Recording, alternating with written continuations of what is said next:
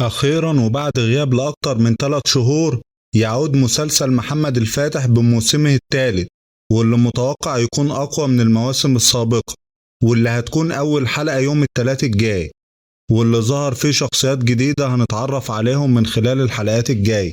ابتدت ملامح الموسم الثالث تظهر، واللي هيكون بداية صراع السلطان محمد الفاتح مع ملك بونتس، كمان عودة بنو كرمان بقيادة السيد إبراهيم. فهل يتحالف مع الأعداء ضد السلطان محمد الفاتح؟ وبالنسبة لمنصب الصدر الأعظم، هل هيتولى زغنوش ولا محمود باشا المنصب؟ كمان شفنا يا أصدقائي بايزيد ابن السلطان محمد الفاتح، واللي أصبح شاب، واللي هيكون في علاقة حب مع جوليا ابنة ملك بونتس، وده اللي بيفسر ظهور إسحاق باشا وهو بيوبخ بايزيد. كل الأحداث دي والصراعات هتجاوب عليها أولى حلقات الموسم الثالث اللي كلنا في انتظاره.